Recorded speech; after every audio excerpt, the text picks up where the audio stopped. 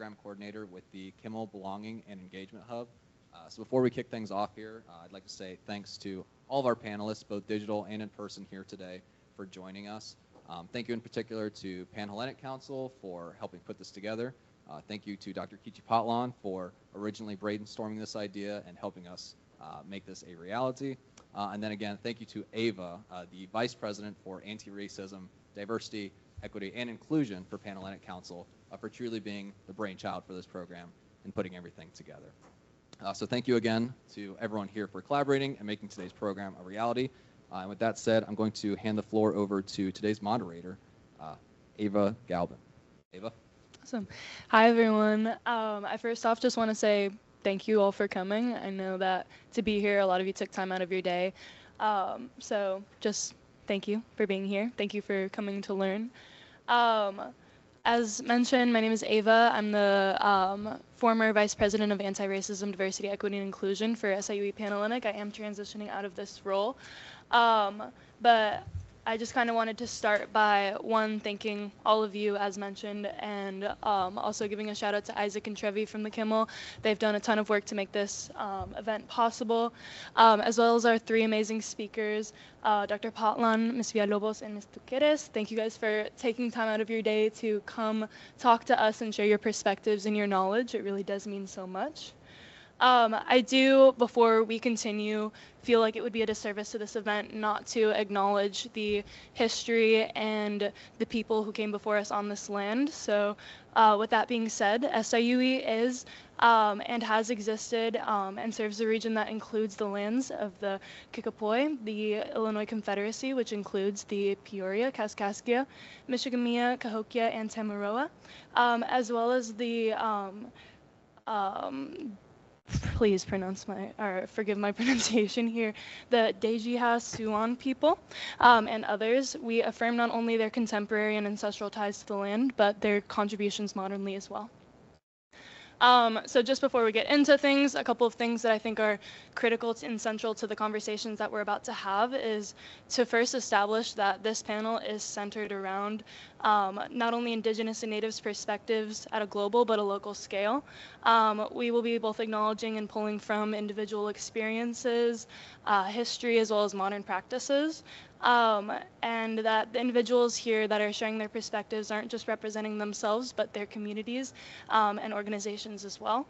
Lastly, I'd just like to ask that all of you challenge yourselves to engage not only with the conversations that we're having, but the content of the conversations as well. We have a couple of QR codes across the room. If you guys have questions that arise throughout the presentation at all, specific to a speaker, specific to a certain element that we're discussing, please feel free to upload a conversation starter there. Questions can be directed at specific panelists or just general topics. That's cool. Thanks. And so without further ado, I'd love to kind of get into this. First, I would like to just establish and acknowledge that one of our speakers, Lou, she is going to be speaking mainly in Spanish for the duration of this presentation, and Dr. Patlan and I will be translating for her throughout this. Okay, awesome. Well, let's get started with you, Dr. Patlan. If you could just share a little bit about your experience, a little bit about your background. Good afternoon, everyone. So in my paternal language, which is Nahuatl, and actually has a TL at the end, so it's actually Nahuatl. Want to try that? Nahuatl? Yeah. And that's actually a language that is from Mesoamerica, from where we get the word Mexico. It's actually pronounced Mexico in our language, right? So that word, and you speak a little Nahuatl yourself. So if you like tomatoes, avocados, chilies, that also comes from our language. And in our language, the way that we say hi would be tonalte. You want to try that? Tonalte.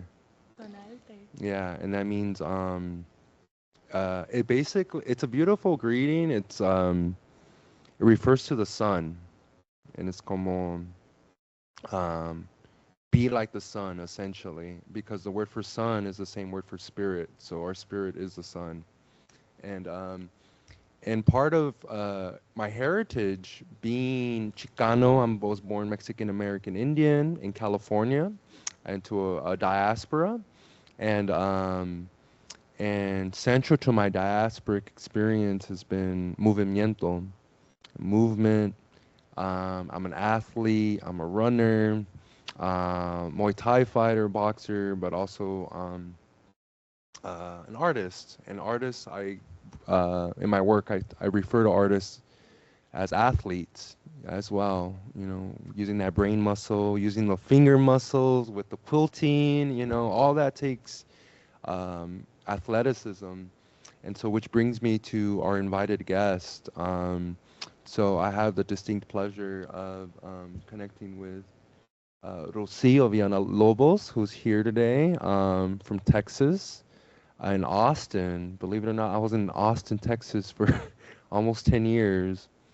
And I'll let Rocio really tell more of the story, but one of the things that we did is help do our part in advancing a movement for decolonizing the outdoors, making things like running and wellness, meditating, eating right, just making that feel like it's something that our people should be doing and have been doing, to feel safe, to go outside and run and walk and get healthy together as a queer person, as a BIPOC person, especially in somewhere like Texas. And I'm blown away by how far Rocio has taken on that organization since I've left. And she'll tell you all about that and so much more of her own personal journey as your next favorite influencer. And then también con mi buena amiga Lourdes from Ecuador, from Otavalo. I had the distinct pleasure of connecting with them. I worked with Kichwa speakers. So earlier I mentioned I'm a Nahuatl speaker, or I'm a Nahuatl descendant, right? And that's an Aztec language, right? It's the language of the Aztecs, right? Isn't it interesting that in South America, they had their own they had their own empires, right? And one of the empires was an Incan empire, an Incan-speaking empire. So how many of you have seen the movie Emperor's New Groove, right? That empire is the Incan empire, and they speak Quechua, right? And in Ecuador, the version of that is called Kichwa, and Lu happens to be they call it a yachak, a wise person, someone that really knows deeply their culture. And so they're also an artist of many different traits, and they'll be able to tell you, really, I was blown away because, again, I spent a lot of time in Mexico, and a lot of the things that has happened in Mexico is urbanization. A lot of people have moved away from their heritage, and I was really blessed to be somewhere like Ecuador, in Cotacachi, in Otavalo, and see how powerful people still maintain their traditions. And it's really beautiful, like to wake up to a whole valley of volcanoes, of elders that are just speaking their indigenous languages, the food that they're cooking.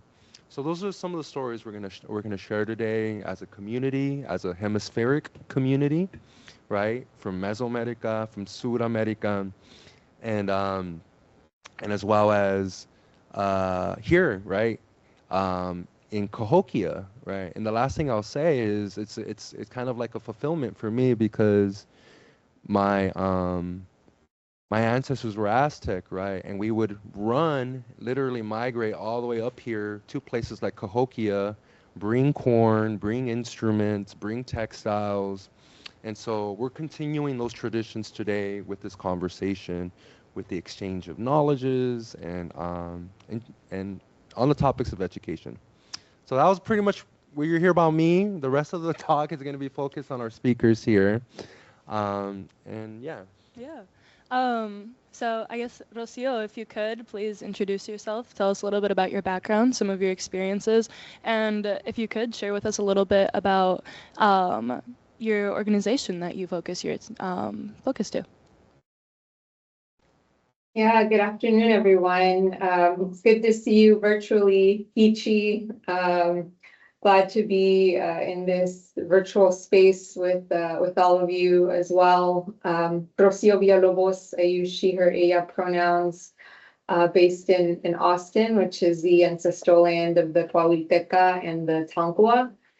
I think one of the things that is very much a part of my experience that I think is the case for a lot of other people who grew up near the U.S.-Mexico border, is that, you know, my family experienced detribalization on both sides, on both my dad's side, my mom's side, and I think the state of our public education system being what it is, you know, what ends up being reinforced is this message of assimilation. And it wasn't one that I really started to question until I was in my first few years at the University of Texas at Austin. Part of what shaped my experience was growing up in the heavily racially segregated East Austin.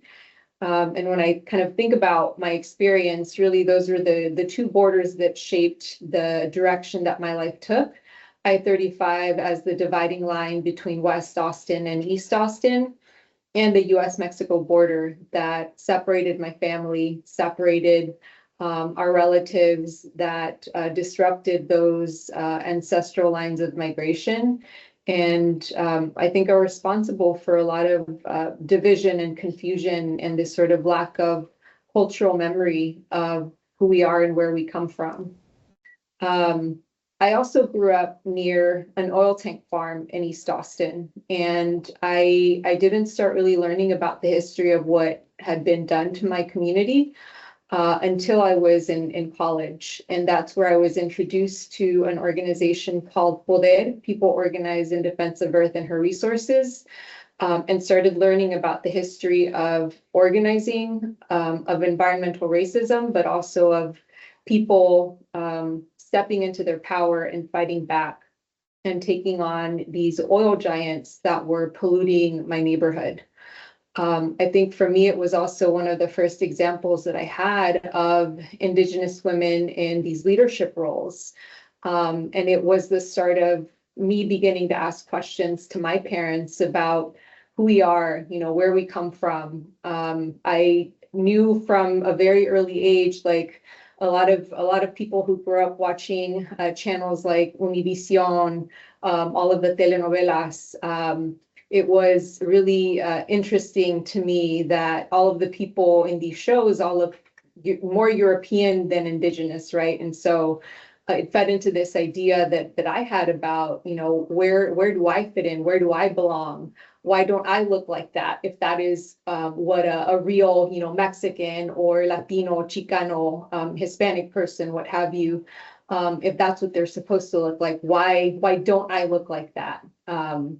But that opened the door to a lot of conversations with my parents, with my family, and beginning to learn about some of that process of detribalization that happened within my family, and the separation of our family, of our relatives, because of the U.S.-Mexico border. I think as time went on, you know, I hadn't really felt or acknowledged how deeply I had been disconnected from the land. I think on the one hand, you know, I started to think about my relationship to the environment in a different way because of Poder and the environmental justice element of it. But I also grew up in a neighborhood where we didn't have a lot of parks, right? We had concrete, we had if the parks that we did have were pretty run down. So when I think about my childhood, you know, I didn't really enjoy spending time outside a lot, you know. There wasn't a lot that felt enjoyable to me. And it wasn't until I was in my mid-20s that I started to think about you know, the beauty and value of being outside and the role that it played with my own healing as I was recovering from pretty severe depression, mental illness, and turning to the land kind of instinctively, because I think all of that is within us. It's just a part of us that ends up getting separated, potentially based on what our experiences are. So I think mid to late 20s, I started to try running and spending time outside, going to state parks for the first time in my life, and recognizing all of these other ways that I hadn't been connected to the environment, to the land, and really to myself, right? Because we're nature too. We're not separate from it. It's a part of us. We are it. And I think when I was trying to remember the year that we met Kichwa, I can't remember the year. I know it's been a while, but I remember, you know, we had the conversation. Probably 2016, probably. 2016, okay. Mm-hmm. You know, we had a conversation years later, and, you know, we're talking about our experiences running in Austin, how the culture of Austin is very white, even though it is a racially diverse city, but you wouldn't necessarily know that, right? Going to these places, especially the kind of the more popular places in Austin. And we started talking about this feeling of otherness within running groups. How a lot of times, even within the first few handful of groups that I tried to join, you know, I was the only one who looked like me in these groups, and they didn't go out of their way to be very welcoming. And, you know, Qui'chi was like, I have this idea for a group that we should start. And it was an easy sell to me when this idea of Native Roots was pitched, a group that was intended to decenter whiteness, right? To center Indigenous peoples, to center marginalized people, to reframe wellness as something that isn't this individual pursuit, right? It's something that happens collectively, because we're not separate from the well-being of our relatives. We're not separate from the well-being of our communities. And if we can reframe this ancestral practice of running as something that is intended to be healing and to create community, then what a powerful force that can be. And that was really where the idea for Native Roots began, went through transitions, now Indigenous Movement Crew, but really with that intention of bringing people together, providing a different kind of environment where people can move freely, right? Especially at a time when a lot of people feel scared. You know, a lot of people are worried about being racially profiled. A lot of people are worried about both local law enforcement and immigration enforcement, and trying to create a space that supports one another in reclaiming movement as something that can be healing and joyful, especially if we're able to do that with other people and kind of build those connections and build that community. And remember that, you know, we're the ones that can keep us safe, right? We're not going to be able to depend on the state to do that. It's up to us in our communities to do that for ourselves and for each other. Absolutely. Thank you so much for sharing.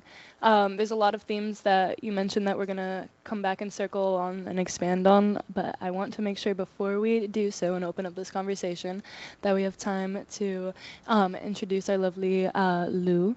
Lourdes, si usted puede, ¿podrías introducirte y explicar un poco de sus experiencias y sus prácticas? Okay. Hello, everyone. My name is Lourdes Tuquerrez. I'm from Ecuador. ¿Cómo están? Buenas tardes. Qué gusto, Qui'chi. Muchísimas gracias y a todos quienes hicieron posible este hermoso encuentro. Y digo hermoso porque realmente hablar de activismo, hablar de la lengua en sí, de las lenguas maternas, es de alguna manera una esperanza para para nosotros como pueblos originarios, ¿no? Entonces, con eso inicio. Mi nombre es Lourdes Tuquerrez Maiwa. Yo soy activista desde mis 12 años de edad con la lengua. Y no solo con la lengua, sino todo lo que abarca la lengua.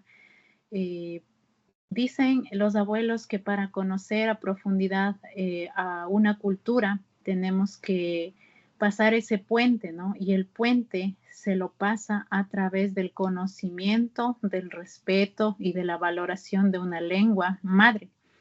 She's Entonces, saying right here, as an expert of the Kichwa language, she's learned from her elders that language is a bridge, right? And it's a bridge that's crossed with respect and dignity.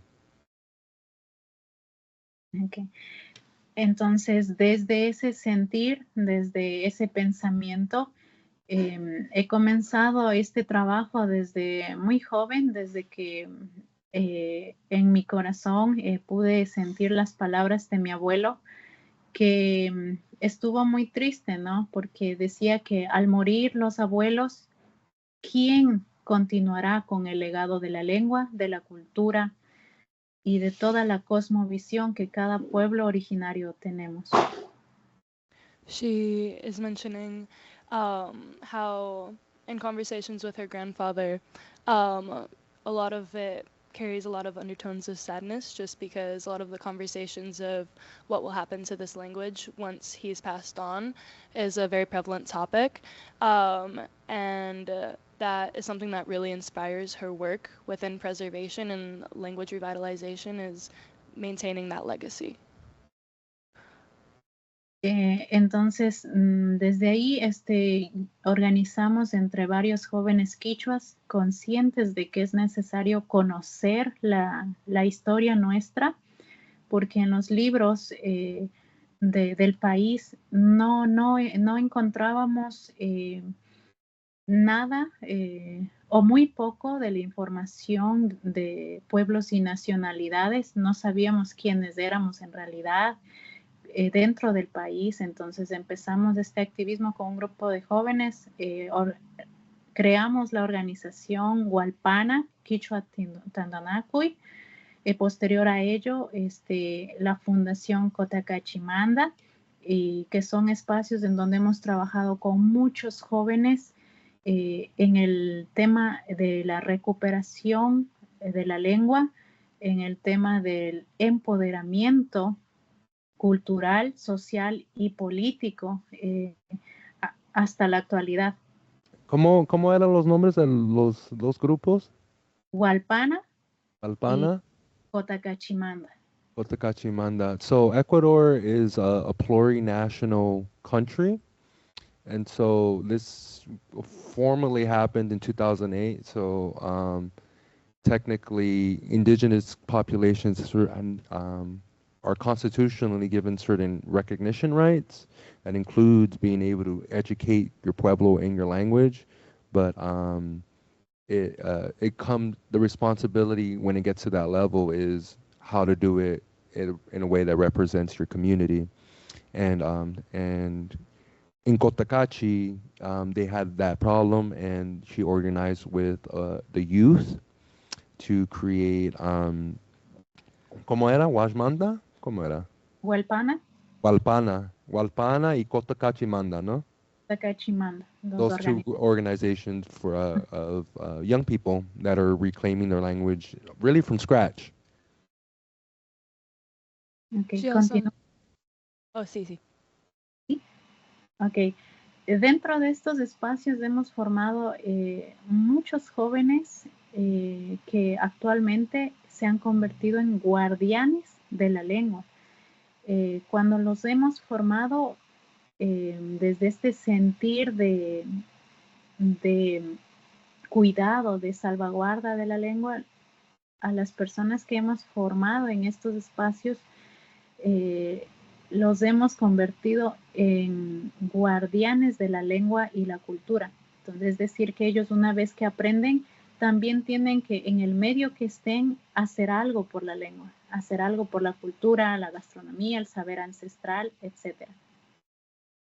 Right now, she's touching on the role that the youth that they take through this program have in not only maintaining the kind of language modernly, but also, in a sense, becoming guardians of that language as they learn more about it. They learn more about their identity and how that intertwines with the language. And it's almost a rite of passage for a lot of them, with a lot of them coming into this language and reclaiming it and kind of seeing themselves as the people who then pass that torch on. Ok, con el pasar del tiempo nos dimos cuenta que la tecnología estaba llegando muy fuerte a las comunidades quichuas y a todos los pueblos y nacionalidades, y teníamos que aprender a usarlo también, y desde ahí hemos creado también páginas en donde se enseña quichua a nivel nacional e internacional. Ahorita me encuentro en Chicago, también tenemos un proyecto ya que se va a concretar en estos meses, que es abrir un espacio también tanto físico como digital de enseñanza del idioma quichua, pero no es solamente el idioma, sino también es toda la cosmovisión que hay detrás del idioma. Yeah, and I should mention one of the reasons I invited Lou is because she's part of the Kichwa diaspora that's actually here in Chicago, and so they're taking over Chicago, and so they're building a language program, like a digital like language program to bridge their home community and their diaspora here in Chicago. Y, hemos comprendido, y digo hemos porque no soy solamente yo, hay un grupo de jóvenes quichuas que están en la comunidad, están luchando, están trabajando, y mi persona desde acá igual impulsando todos esos trabajos. Tenemos la firme misión de seguir trabajando con el idioma hasta nuestro último suspiro. Y desde ahí nos hemos dado cuenta de que el activismo lo tenemos que hacer en todos los espacios posibles. Por ejemplo, en Ecuador no habían quichuas escritores, poetas. Entonces también nos insertamos ahí y actualmente contamos con poetas y escritores quichuas. So they're taking a holistic approach to the language. So it's not just creating grammar materials, but they're like, where are our poets? We don't have our poets, so they're creating poets in their community. That's what you're saying. Y finalmente, decirles que realmente el trabajo que hemos hecho en Ecuador y que estamos haciendo acá siempre ha sido voluntariado, siempre ha sido desde el sentir de querer honrar a nuestros abuelos, honrar las luchas de ellos, y por eso nos mantenemos firmes en el trabajo de recuperar todo lo que tenga que ver con el quichua, de hacer respetar todo lo que tenga que ver con el quichua. Y trabajamos con rescatar los nombres quichuas que se estaba perdiendo, de rescatar ciertas costumbres ancestrales que se estaban perdiendo, no solamente en Ecuador, sino en todo lado donde estén los quichuas. Aquí en Chicago se realiza también los raimis con la intención de ir rescatando, revalorizando todo lo que son nuestros raimis propios como quichuas. ¿Cuándo iniciaron los raimis? Sé que aquí llevan como unos 10 años, al parecer. Kichwa Community of Chicago es la organización que tiene a la par un grupo, una organización que es a la par, que se llama Inti Raimi Chicago, que realiza el Inti Raimi como tal en junio. Yeah. So she mentioned they're focused on renaming themselves in Kichwa. That's a big thing in the community. But also for the last 10 years, they brought their most important ceremony with them. Their summers, it's basically a sun dance, their version of a summer solstice dance, and they have it in Chicago every summer. Awesome. Pues gracias por decirnos un poco de su experiencia. Ahora voy a poner la primera pregunta. Lo voy a decir en inglés primero y luego lo digo en español otra vez. So the first question, and this can be for any of the three lovely speakers here, in what ways do art, movement, or cultural expression serve as a form of resistance, healing, or storytelling? Want to say it in Spanish? Yeah. ¿En cuáles áreas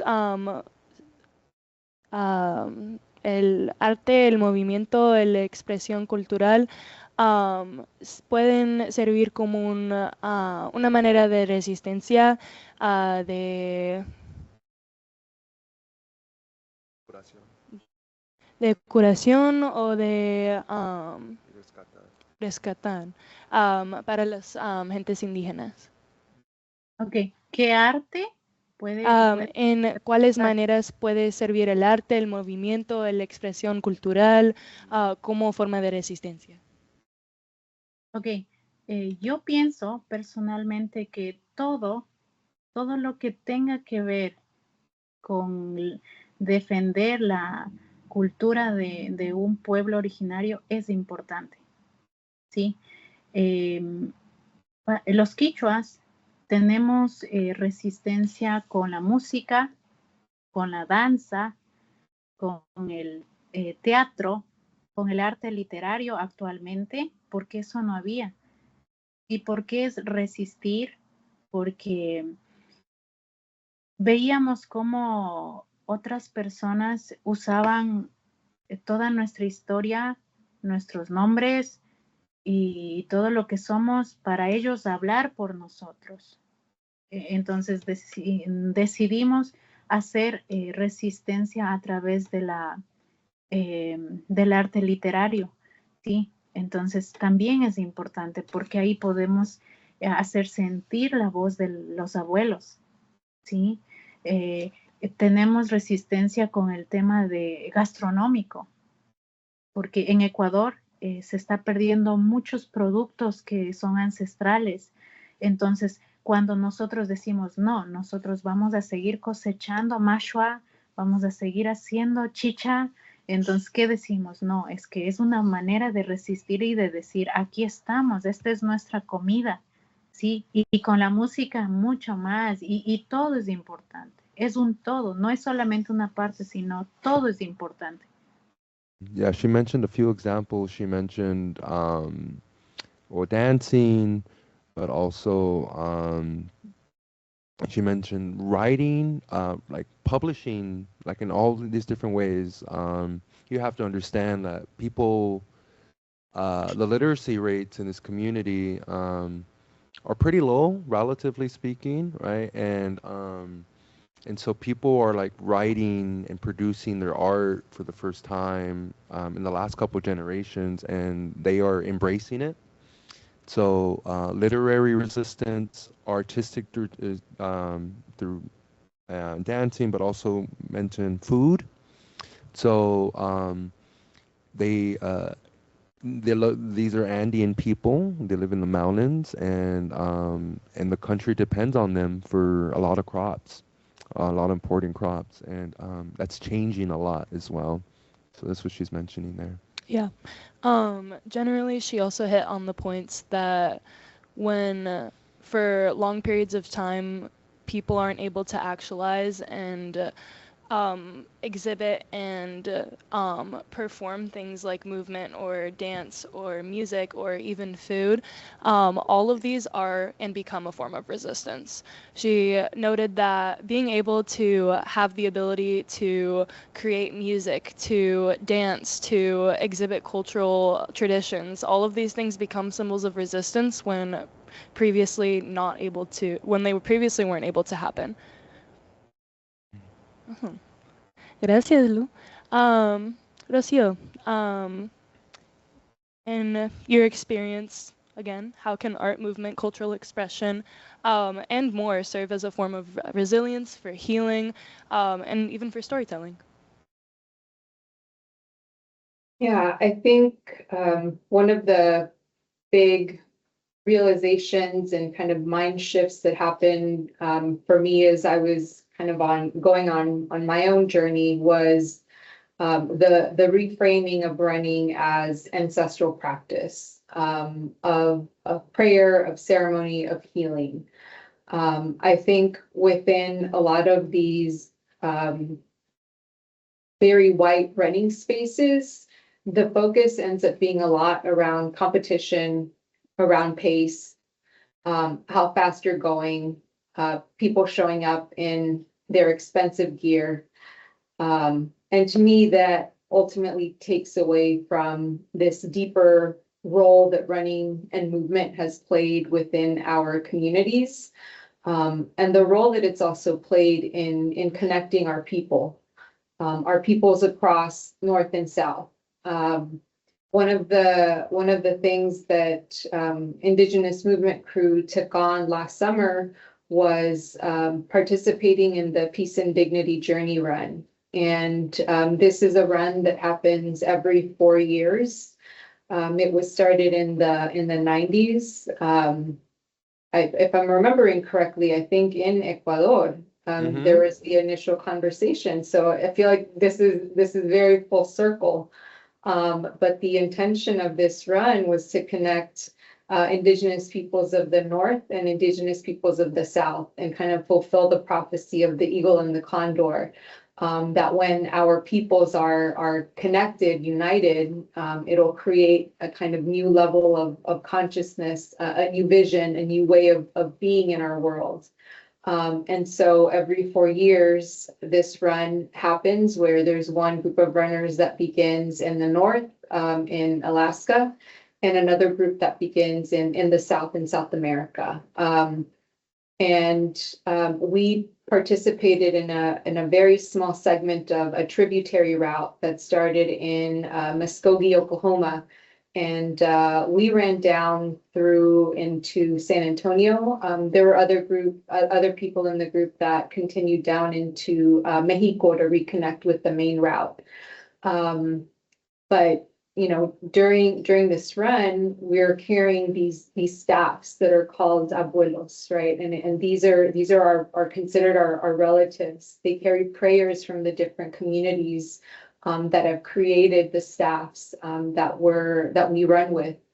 And I think that was such a beautiful reminder to me of the role that we can play in hearing each other's prayers, of having this bigger collective prayer, and of the role of running and movement as a way to heal our communities and bring us together.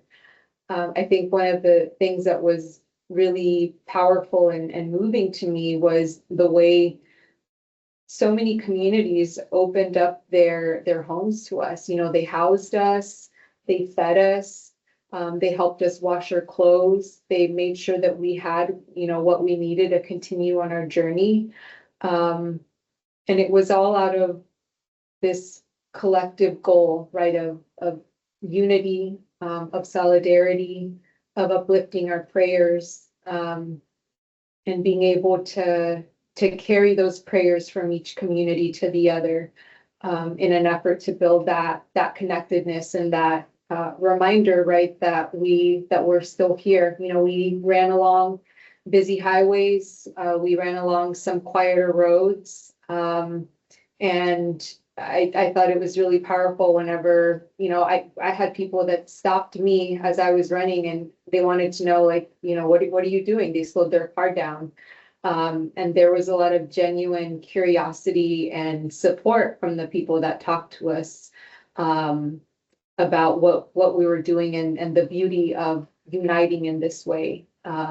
So to me, that was a reminder again of the role that running can play in helping us heal, helping our communities heal, and helping to build these relationships across communities, across continents, right?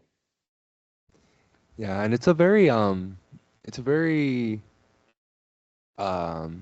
polarizing view that you'll see, because so you have to imagine this run happens every 4 years. I did this run in 2012 when I was about your age. At least I was an undergrad. And I started in Central California in Chumash territory, and I ran all the way down to the Mexican border. And it was about a month, right? And so while I'm doing this Pacific route, we have two other routes in the country. And then eventually we go in through Mexico. And then that year it ended in Guatemala. And so people were running for about 8 months, you know. And so it's really powerful. Like I know right now we're using words to describe everything. We don't have the images and like the videos. It's so powerful. But uh, that sense of being able to migrate the Americas, you know, by foot, you know, and like showing up to a community you've never been to before and like being received as a family member, you know, and it's a powerful thing, but it's polarizing in the sense that like you can imagine when we get to places like Austin or Los Angeles, San Francisco, you just have a bunch of primarily there's a lot of white folks that are helping out too. There's primarily black and brown folks just yelling and singing, you know, in their Indian voices, and it's just, you know, they have their feathers and they have their staffs, and we're just running throughout the middle, like the middle of the city, and then you can see a lot of westernized folks. Like it throws them for a loop because they've never seen something like that before, right? And so part of the run doing that is also educating the world. I'm like, there's just different ways of living. There's different ways of living. There's different ways of connecting with your body athletically. That's not competitive, right? That's not about masochistic working out and you're beating yourself up. It's like replenishing your soul and replenishing the earth. And I think, and it's interesting because as an anthropologist, I see that Western scientists are just consistently trying to catch up and confirm things that we already know, right? Like, oh, these Indian runners are some of the fastest runners in the world. Like, how do they do it? Like, I don't know. Maybe go out and enjoy yourself, you know, and you know, maybe don't eat all the stuff that we're being forced to eat, right? And but the reason I bring that up is because Austin, Texas, like it's an experiment in that way, right? Because it's trying to be like Los Angeles, it's trying to be like New York, right? In terms of its urbanizing, but then you have people that are like just absorbed and like and captivated by our movement, and so Rocio can tell you more about this because she's really in the running and fitness world now. But like we've had competitive runners, triathlon runners, right, come to our groups, and they're just like, what? People are circling around and talking to each other? What? You know, like just that kind of sense of athletic community for the first time. To think about running as something that can connect you with your ancestors and community is just like, for me, it's the common sense because that's what I've been doing with since I was a kid. But to kind of identify that and name it, it's been very powerful. And so, yeah, so there's all kinds of great stories. I'm sure Lucia can tell you more about of like its success.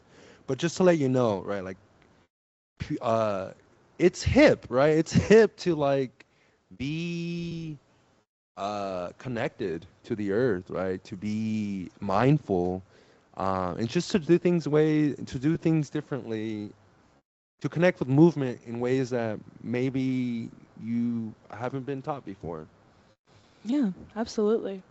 Something that all three of you have touched upon briefly already is the kind of idea of the reliance of this culture and how that's either passed down intergenerationally or passed across communities today. So how do you guys kind of see the intergenerational role of knowledge playing a role in the communities that you guys operate in right now? So how do you guys kind of build that out? What role do you see yourselves playing in that? What roles do you see future generations playing in that? Ujú.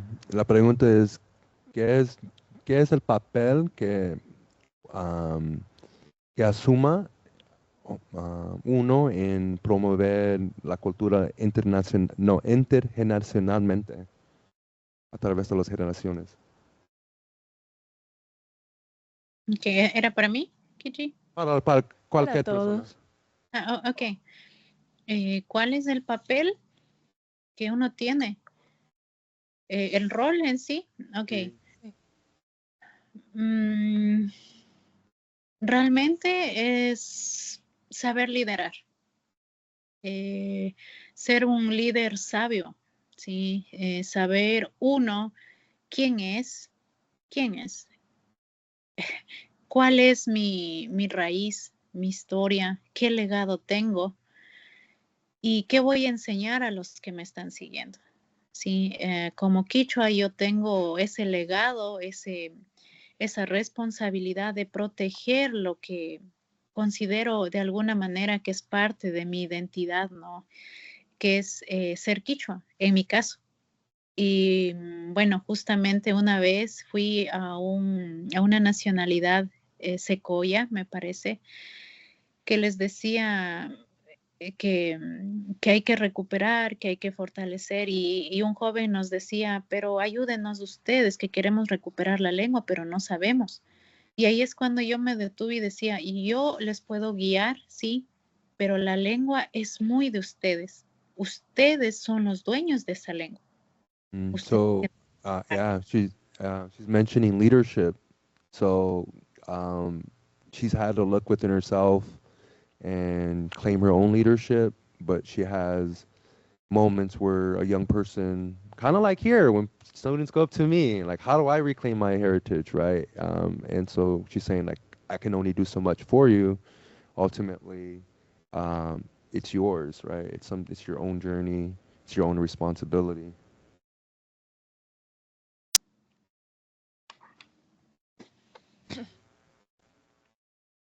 And I think for me,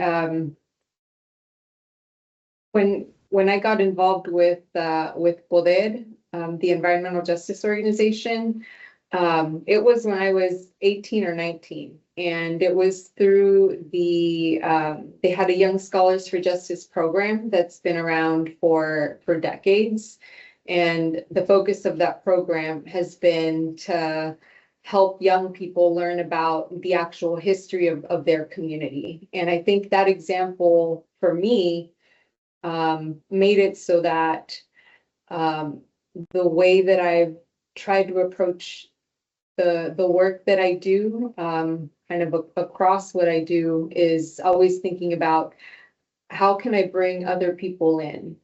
How can I share this with other people and encourage their participation? And I think for us within Indigenous Movement Crew, a part of what that's meant has been trying to encourage parents with kiddos to come out. You know, we understand that for our elders, it's a little bit harder just in terms of the movement, but trying to create that space that encourages young people to get involved and to be a part of this and to recognize that this is a kind of space that's possible.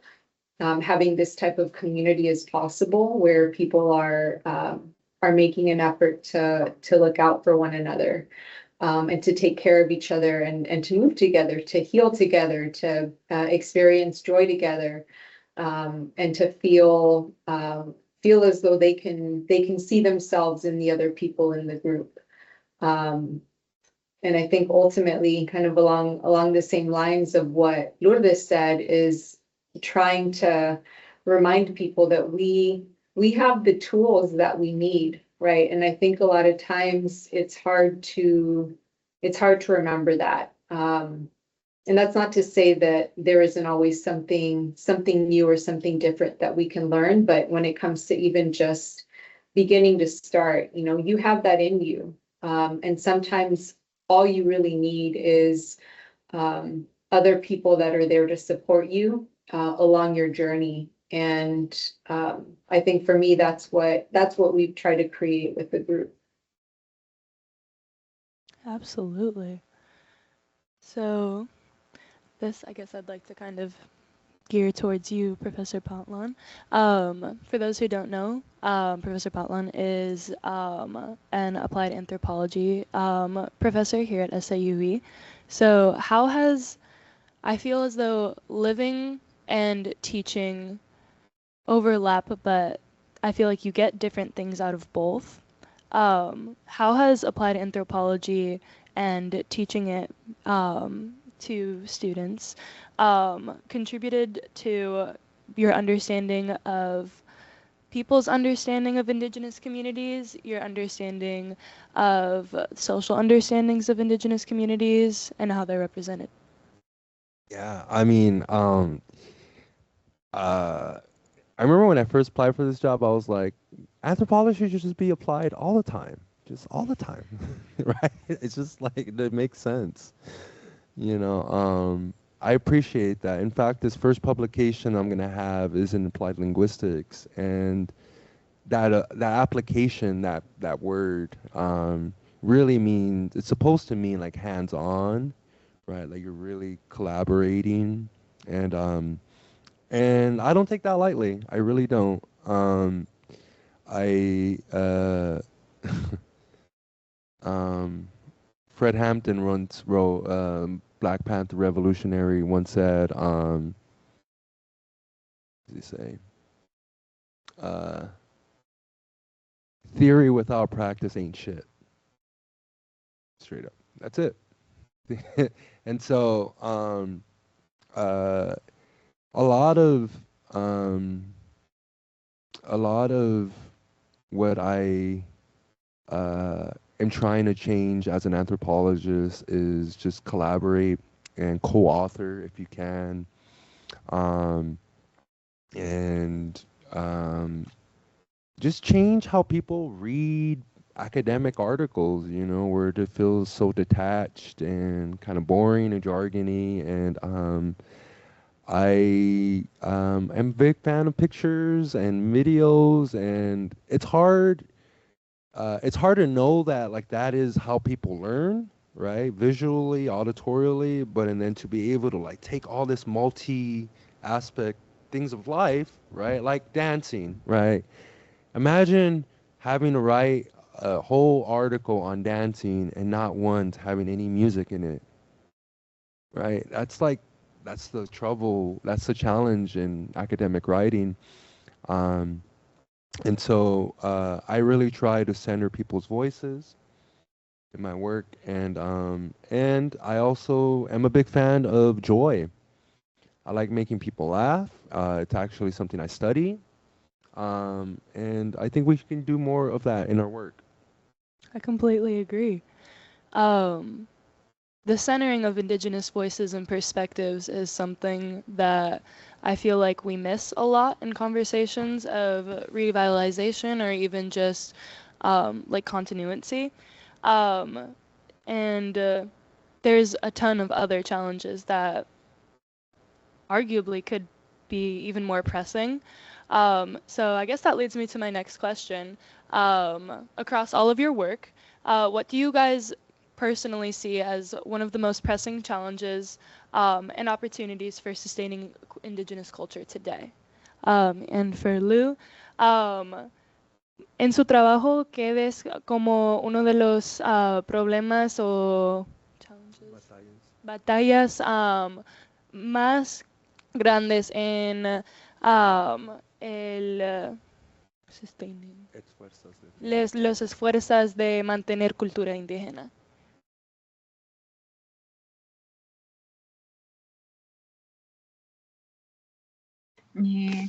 Buena pregunta. Realmente sí he analizado mucho eso y pienso que realmente es todo el sistema, ¿no? Hablando de Ecuador, todo ha sido una lucha, ¿no? Y pese a que dentro de la Constitución nos ampara para que nosotros podamos ejercer todo ese trabajo activista a favor de la cultura en sí, Kichwa, hay un sistema que parece que no quisiera que como quichuas o como pueblos y nacionalidades sobresalgamos o nos eduquemos en base a lo que nosotros somos, pese a que la Constitución lo menciona. Entonces, eso por un lado, la falta de voluntad de un sistema educacional del país en sí. Y lo otro que es sumamente fuerte es el desconocimiento justamente de estas leyes, incluso en las comunidades, en los pueblos y nacionalidades. Al desconocer, de alguna manera se va perdiendo valor. ¿Sí? Si a uno se le dice, si a un quichua le dice, a ver, ¿qué significa esto? ¿O por qué hacen esto? ¿O qué significa su vestimenta? No saben, desconocen totalmente y eso para nosotros como activistas, para nosotros como organización ha sido fuerte porque tenemos que ir educando desde cero, es decir, desde la historia en sí. Y justamente ahora estamos en un espacio político muy fuerte en donde es necesario seguir educando ya a nivel general a todos los pueblos y nacionalidades para que puedan defenderse y podamos defender también. Y entonces el problema más fuerte es el desconocimiento y lo otro es la falta de voluntad en el sistema educacional del país en sí. Yeah, so she mentioned a really important topic in projects for heritage reclamation, language endangerment, which is cultural amnesia, or like a collective forgetting, right? And she's mentioning, on the one hand, you have the typical state discriminations, like the poor education, holes in the system that they have to deal with, and they also have to deal with the fact that a lot of their elders, a lot of people in the community just don't know. They don't know their history, and that's a hard part there too. Is like once you are ready to start documenting history, certain people that should know don't. Yeah, absolutely.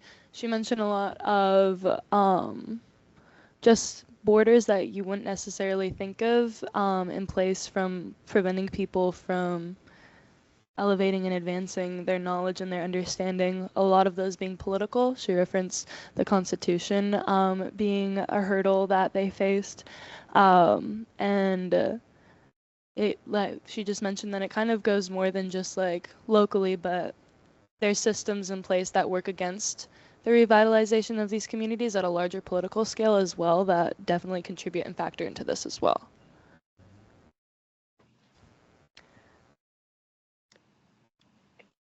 I'll read the question one more time, and then if you'd love I'd love to have your perspective on this, Rocio. Across your work, what do you see as one of the most pressing challenges in sustaining Indigenous culture today? I think there are a lot of parallels, right, with what Lourdes mentioned. I think about the broader political climate here. Even just thinking about what's happening in Texas, the push to get rid of ethnic studies programs at the university level, the efforts to take away funding from organizations that are being accused of supporting like terrorist groups, this broader criminalization of dissent, and the way that I think reclaiming, celebrating cultural identity is turning into like a form of dissent, and is being I think also positioned in that way intentionally. I think there's this growing climate of fear that they're trying to instill, that I also think about like just the next generations, right? What is it going to mean in terms of assimilation? What is it going to mean in terms of so many people not wanting to claim their indigeneity, claim who they are proudly because they're scared of racial profiling. They're scared of being targeted. They're getting all of these messages through the actions that are happening about their value and their worth as people, about their humanity, period. So I think all of those things are creating this climate that I think is making it challenging for a lot of people and a lot of groups. And I think, you know, what was an important reminder to me was, you know, after the Black Lives Matter movement really took off in 2020 after the murder of George Floyd, you know, it was convenient, it was trendy, right, to support these organizations that were demanding racial equity, that were highlighting marginalization and discrimination, that were fighting for changes to communities. And I think now that the pendulum is swinging in the other direction, right, the people and the organizations that were lending their support to people that were doing that kind of work and the organizations that are doing that work, they're no longer there in the same way, right? Now that it's a little bit politically trickier for them to be advocates, you know, they're withholding their support, they're removing their support. So I think that's putting on display, right, a lot of shortcomings that are present in terms of allyship, in terms of what it means to just continue to resist and who you can actually rely on in these moments, and you know who's going to be working in solidarity with you instead of just present conveniently when it suits their interests. And I think it's hard to know what the next few years will look like. Yeah. So here's what I'm going to do. I'm going to ask one or two very interesting questions to my friends here, my panelists, and then we're going to open up for some questions in the audience. But there's a couple things we haven't mentioned, actually. One is the fact that ahora mismo en Ecuador todavía está manteniendo el paro. No hemos hablado de eso, ese contexto grave, no? So right now, Ecuador, it's like, I think maybe like almost day 50 of shutting down the country. Right, the whole country is shut down. Okay, could you imagine that in the United States, bunch of indigenous organizations and organizations of from the campesinos, the farmers, were to organize and shut down the whole country, shut down all the roads, all the means of production, right? And that's happening in Ecuador. And it's not the first time they've had to do this, but it's the longest, right?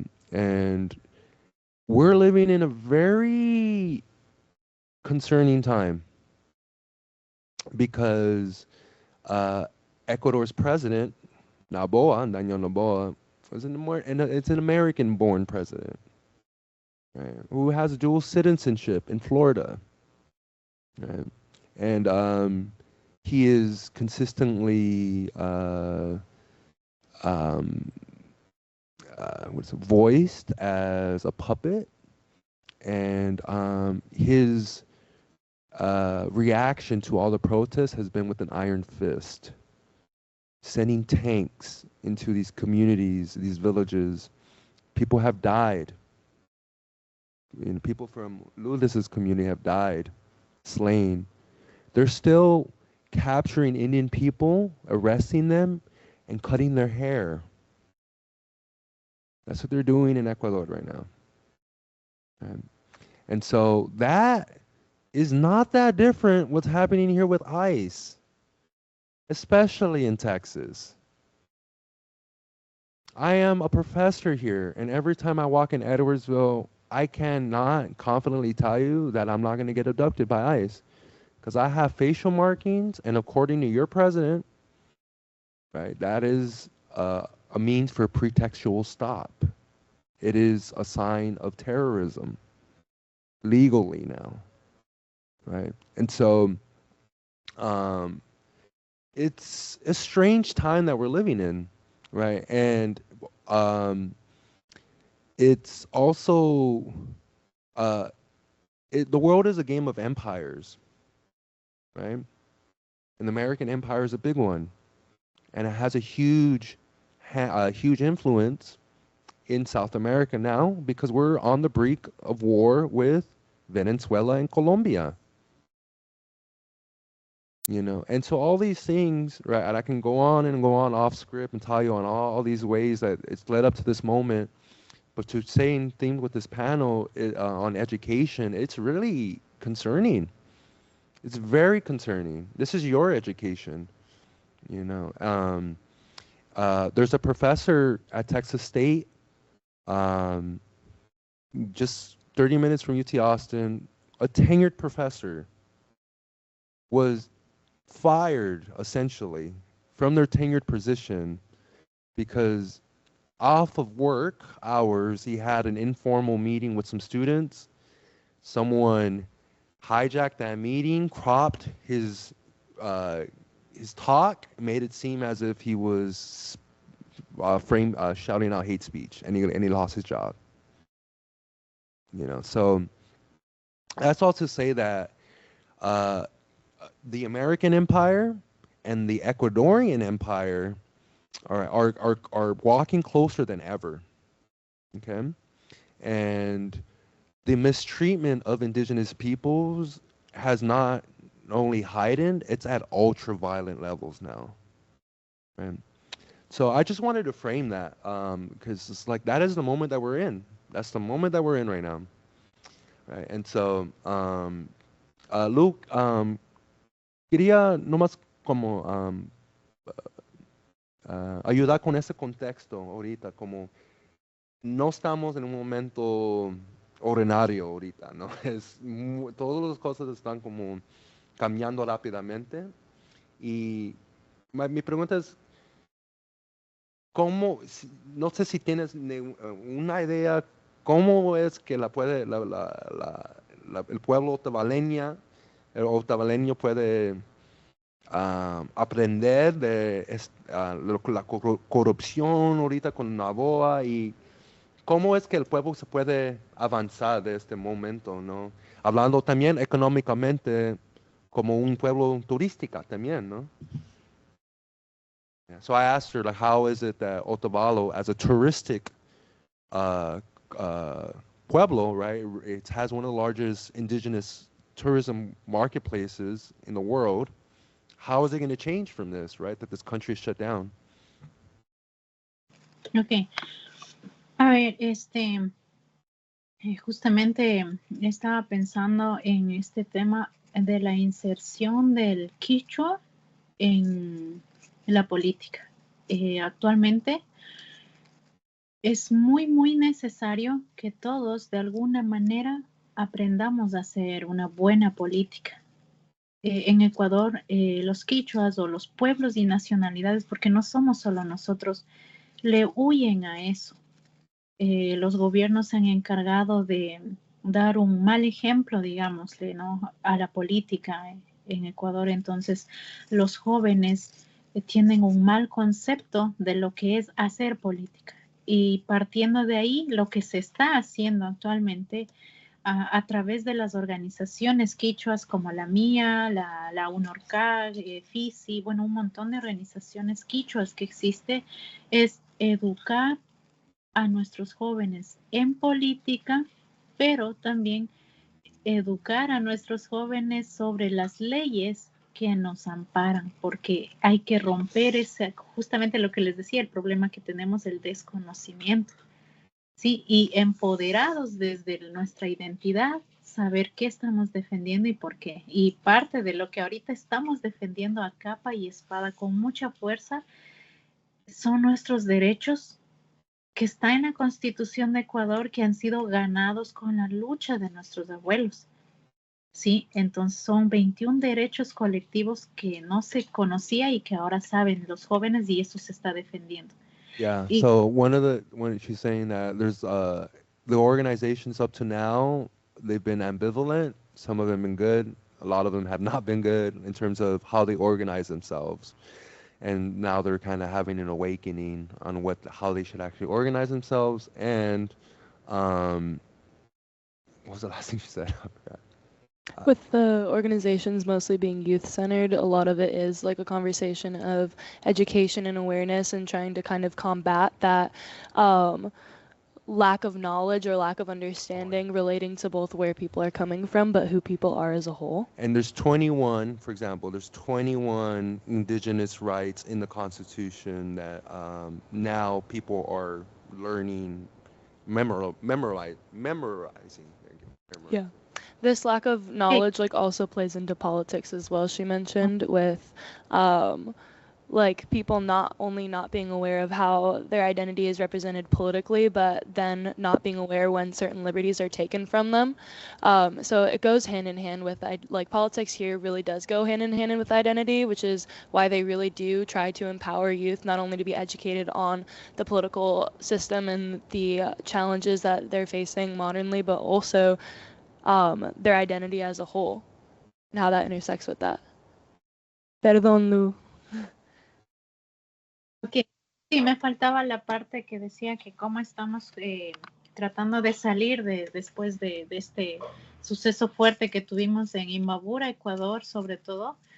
Y ha sido muchísimo con el trabajo comunitario, el trabajo en Minga, lo que nosotros llamamos Minga, que es el trabajo en equipo, dándonos la mano entre comunidades.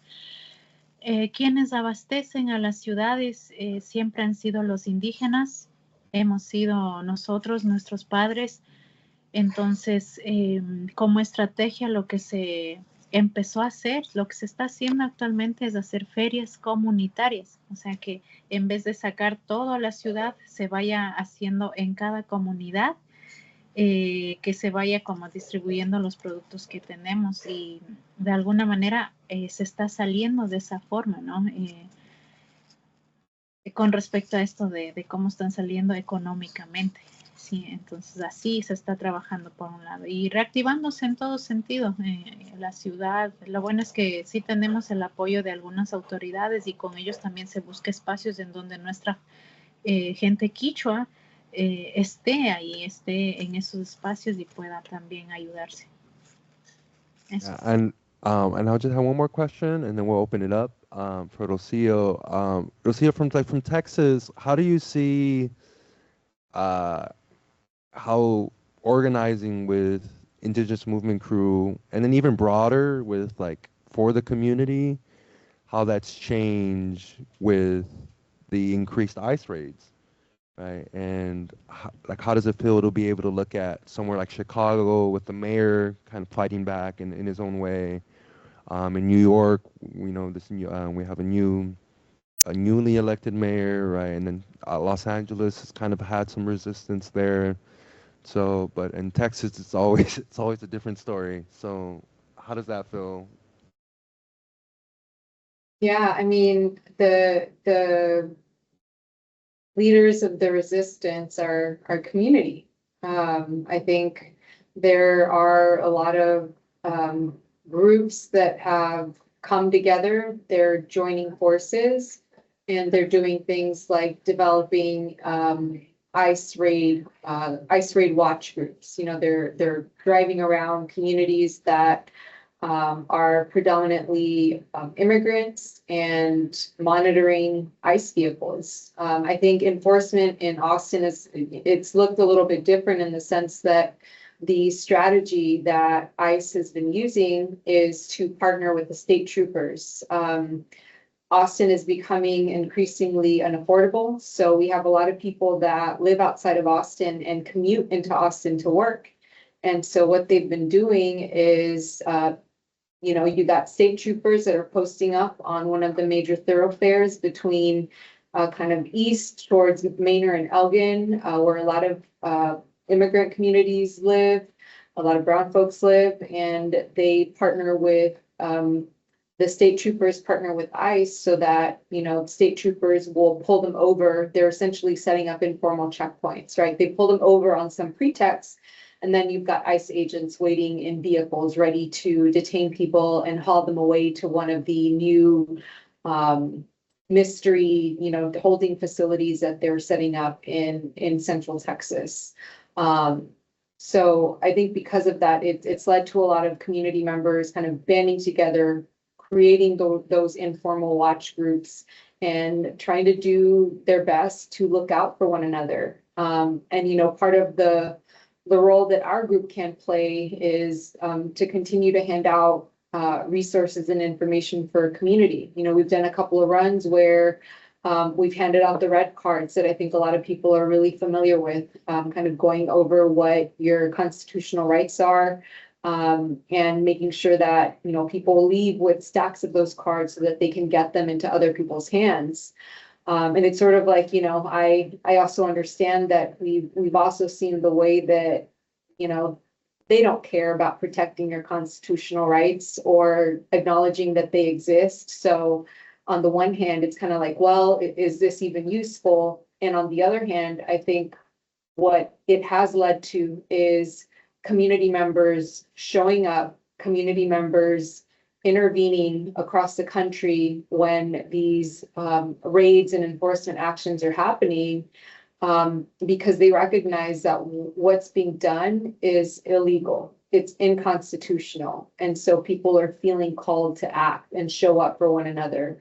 And that's part of what, we're trying to do with the group, right? Building this community that is willing to show up for one another, sharing resources when we can, having these meetups where, people are walking away with resources that they can share with their coworkers, their family, their friends, and getting the information out there so that if something were to happen, they have an idea of who they can turn to, where they can turn to get help. But I do think that there's a lot that I think other places that are not places like Texas with a governor like the one that we have, like there's a lot of really powerful work that's happening in Texas that I also don't want to get overlooked, because I think people are really having to be resourceful and creative with their resistance because of the conditions, regardless of who's in the presidential office, right? We've had to deal with people like Abbott for decades, right? And so I think there's a lot of really important and valuable work that communities are doing here in Austin and across the state. Yeah, it's kind of sad, but it's like Texans like, it's your first time. It's like that. We're going to open it up to some questions for our lovely panelists. Yes.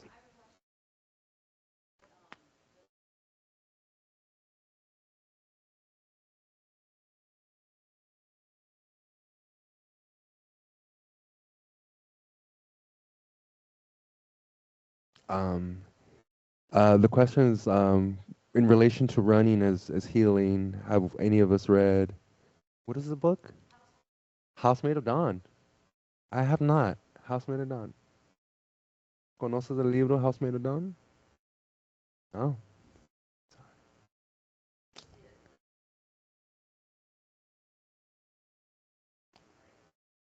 Oh. Oh, Ska Mama Day. Okay, I know Ska Mama Day. Thank you for the recommendation.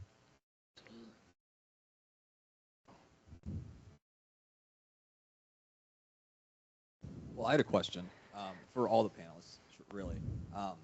Rocio, you kind of mentioned it, but resistance, currently looks a lot different in Texas than it might look in Illinois, where again the political landscapes and our governorships are just completely different. So, what advice would you have for residents, say in Illinois, where we might have a bit more leniency and a bit more protection under administrative directions, compared to somewhere like Texas, where maybe residents just don't feel that they have protections under that current administration. So what would resistance look like in a state like Illinois versus a state like Texas, in your opinion? Effective resistance. Well, I mean, I think what we've seen happening in places like Chicago is really, I think, encouraging to us still in the state of Texas, because I think it's a reminder of the role that elected officials could play. And I think, to me, it kind of speaks more to, are people in those positions of power willing to have the courage to stand up for their community members, regardless of who is in the governor's seat. So I think, to me, it's more of this question of, what elected officials have to learn from others in other states where, the stakes are different, but it doesn't mean that your community members don't need you to show up for them any less. In fact, they need you to show up for them even more, because of the political climate in that state. I think more broadly, I would say, the ongoing, I guess, critique that I have of the way that Texas is portrayed is that, people have been electing the governor into his position, so clearly we must like him. And I think it's important for other states to remember the heavy amount of gerrymandering that has led to a lot of people's voices being drowned out, of voter suppression that is occurring, that discourages people from getting to the polls, that makes it harder for people to vote. That encourages this sort of apathy in the system because of that legacy of voter disenfranchisement. So I think more than anything, like, remembering that in many ways, people across the state of Texas, and in similar states, are being held hostage, so to speak, when it comes to voting and the way that elections end up turning out. And it's not so black and white in the sense of, people just don't care, or people are apathetic, or not involved. It's the byproduct of a very intentional design to suppress votes, to discourage people from voting, to make it extremely difficult for people to even have this belief that their vote could make a difference. So I think remembering that there are people all across the state of Texas who are resisting, who are fighting, who are trying to make a difference in the state. And we're just up against all of these challenges that make it really difficult for that to happen. Yeah. Go ahead, yeah, please.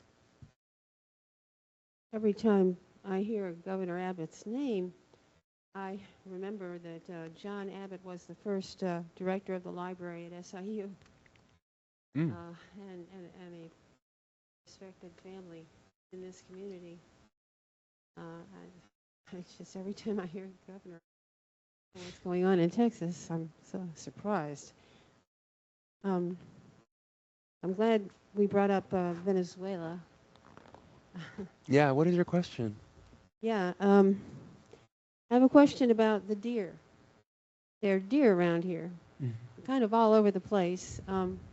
So what's a good way? I mean, is this fairly appropriate for me to ask you about this? About what would be an appropriate? Remember the panel's on education. So what is your question? Oh, okay, it's on education. Yeah.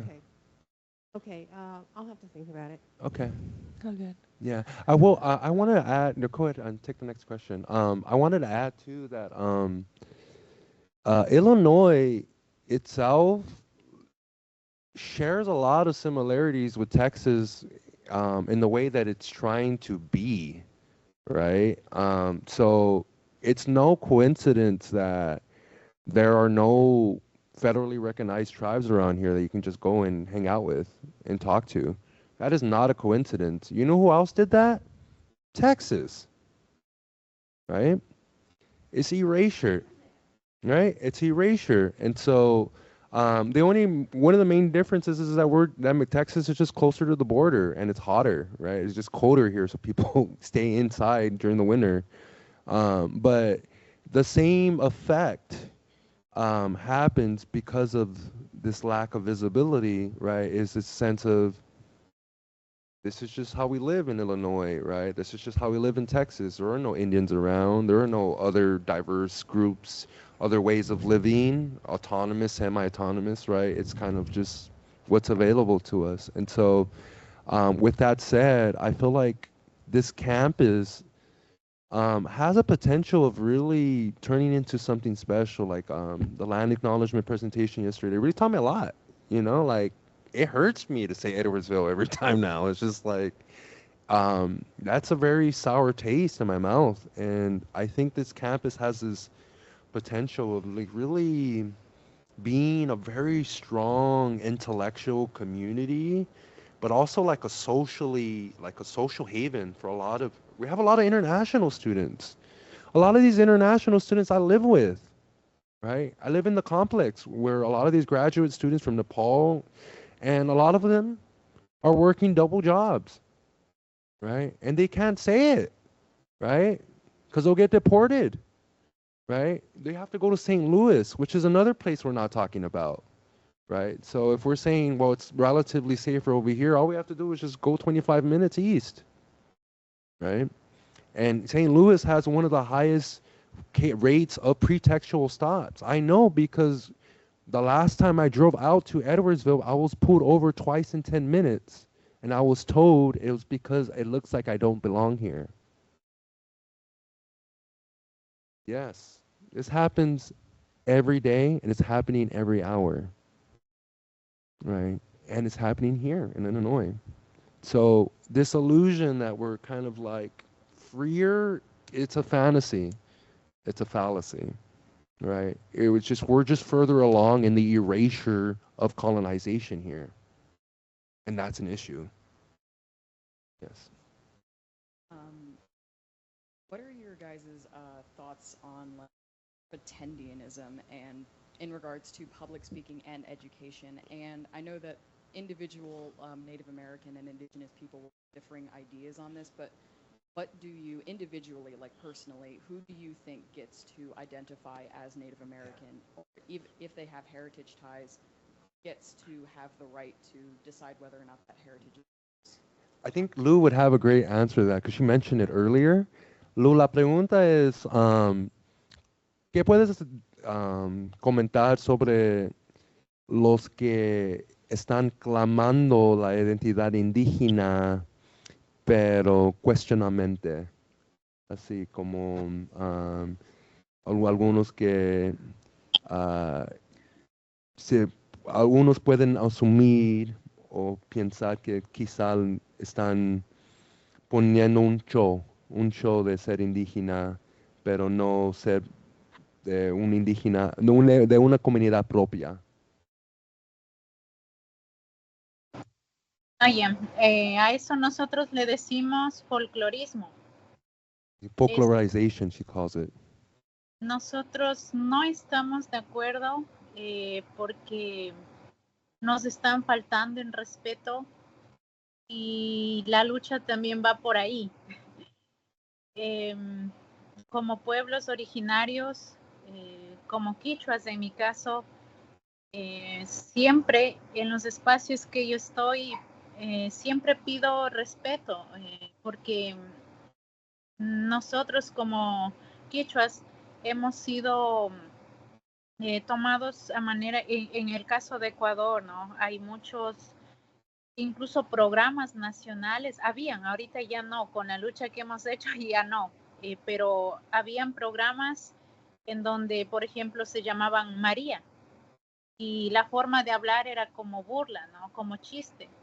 Sin embargo, el desconocimiento es justamente lo que hace esto y decíamos, no, al ser monolingües quichuas, siempre vamos a tener interferencia lingüística y no vamos a poder pronunciar quizá muy bien. Bueno, mucha de mi gente no puede pronunciar muy bien el español, pero eso hacen burla o mofa y no estamos de acuerdo con eso. También usan la vestimenta solamente uno para lucrar, otro para hacer justamente este teatro Y lo otro, usan, hay muchos, incluso jóvenes de la misma, de los mismos quichuas, muchos de los jóvenes lo utilizan con desconocimiento, solamente porque la vestimenta es súper linda, dicen ellos que es porque es linda la usan, pero no hay la intención de recuperar, de fortalecer. Entonces, ¿qué hacemos como activistas?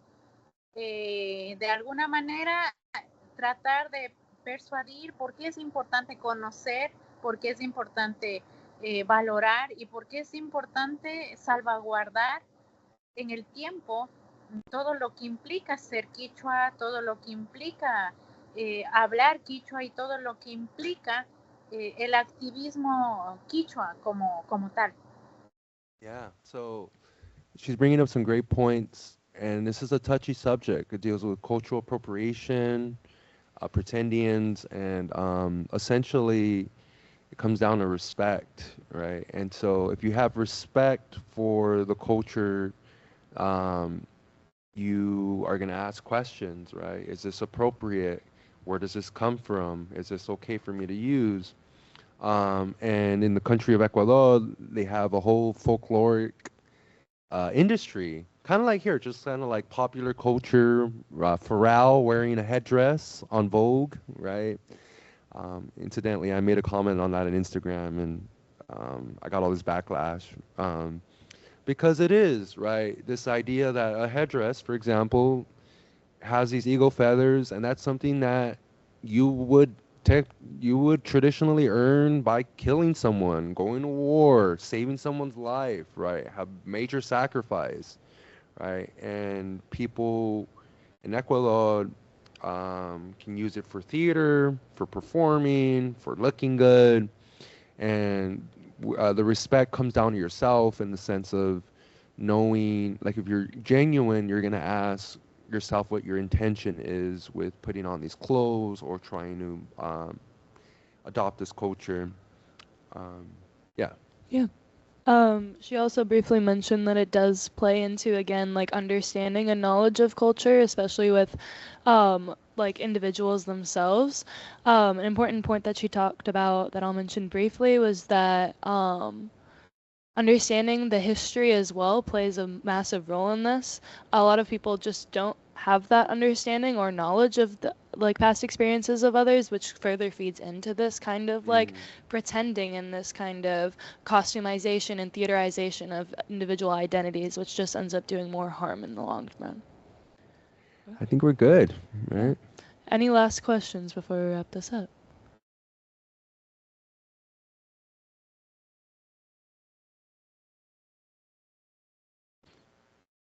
Yeah, I think out of respect for our panelists, I think we should call it, yeah. Sí. Pues gracias, Lou. Thank you, Rocio, for taking time out of your day to come not only share your perspectives, but educate us on your individual experiences and your backgrounds. Let's get an audience poll because they can see you. Raise your hand if you learned something new today. Hey. Awesome.